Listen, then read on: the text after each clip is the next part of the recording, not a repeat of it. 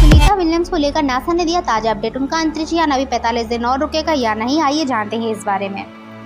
Sunita Williams और उनका अंतरिक्ष यान स्पेस में किस स्थिति में, आखिर क्या वजह है कि इस मिशन में देरी हो रही है। तमाम अटकलों के बीच नासा ने सुनीता विलियम्स और उनके स्पेसक्राफ्ट को लेकर एक अपडेट साझा किया है। नासा ने विलियम्स के मिशन के कुछ विस्तार की घोषणा के बाद कहा कि उनका स्पेसक्राफ्ट अच्छी स्थिति में है।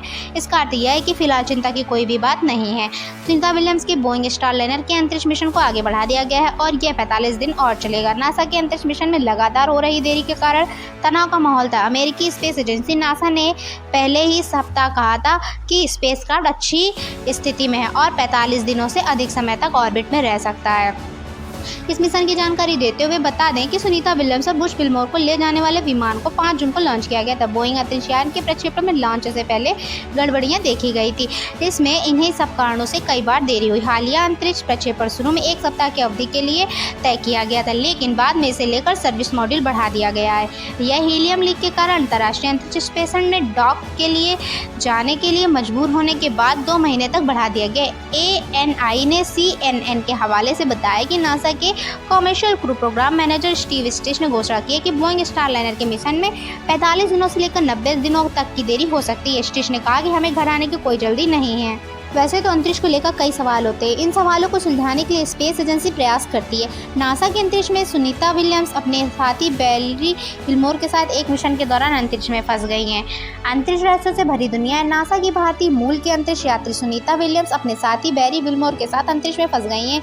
लेकिन सवाल ये है कि आखिर सुनीता विलियम्स स्पेस में कैसे फंसी हैं और उनकी धरती पर वापसी कैसे होगी। आज हम आपको बताएंगे अंतरिक्ष में फंसने पर किसी भी एस्ट्रोनॉट की धरती पर वापसी कैसे होती है। अंतरिक्ष के इस रहस्यों को सुलझाने के लिए अधिकांश देशों के वैज्ञानिक लगे हुए हैं, जिसके लिए वो अलग अलग प्रोजेक्ट करते हैं। अभी बीते जून में भारतीय मूल की अंतरिक्ष यात्री सुनीता विलियम्स अपने साथी बैरी विल्मोर के साथ स्पेस गई थी, लेकिन बोइंग स्टारलाइनर में खराबी होने की वजह से दोनों अंतरिक्ष यात्री वापस लौट नहीं पाए। अंतरिक्ष यान दोनों अंतरिक्ष यात्रियों को अंतर्राष्ट्रीय अंतरिक्ष स्टेशन पर 5 जून को लेकर गया था। अंतरिक्ष में जाने वाले अंतरिक्ष यात्रियों के ऊपर कई तरह के खतरे होते हैं। स्पेस का कोई भी प्रोजेक्ट 100% सुरक्षित नहीं होता है। अंतरिक्ष यात्रा के दौरान उल्का पिंड, स्पेस मलबा भी एक खतरा है। हालांकि अंतरिक्ष यात्री सुनीता विलियम्स स्पेस स्टेशन में 2 बार लंबा समय बिता चुकी हैं, लेकिन इस बार वो स्पेस में फंस गई हैं। उनके स्पेसक्राफ्ट में खराबी के कारण धरती पर वह नहीं आ पाई हैं। इस कारण वह अभी भी स्पेस स्टेशन में मौजूद है। नासा के मुताबिक मिशन को 45 दिनों तक बढ़ाया जा सकता है। अब सवाल है कि आखिर इस दौरान एस्ट्रोनॉट्स के शरीर पर क्या असर पड़ेगा और सुनीता विलियम्स और उनके साथ धरती पर कैसे लौटेंगी। स्पेस में ज़्यादा दिनों तक रहने पर शरीर के तरल पदार्थ माइक्रोग्रेविटी में ऊपर की ओर बढ़ते हैं। इसके कारण हमारे शरीर की फिल्टर सिस्टम यानी किडनी की समस्याओं का सामना करना पड़ता है। इस दौरान शरीर में मौजूद स्तर ऊपर की ओर जाते हैं, जिससे चेहरे पर सूजन आ जाती है। गुर्दे उचित द्रव संतुलन बनाए रखने के लिए संघर्ष करते हैं, जिससे संभावित रूप से डिहाइड्रेशन या फ्लूइड ओवरलोड होता है। माइक्रोग्रेविटी के कारण हड्डियों में कैल्शियम का उत्सर्जन बढ़ने से गुर्दे में पत्थरी का खतरा बढ़ जाता है।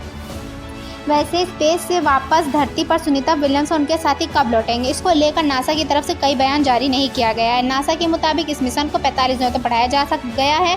अनुमान के मुताबिक सुनीता और उनके साथी की वापसी जुलाई महीने के अंत तक हो जाएगी। नासा की टीम लगातार अब सभी तकनीक खामियों को दूर करने और उनको समझने का प्रयास कर रही है।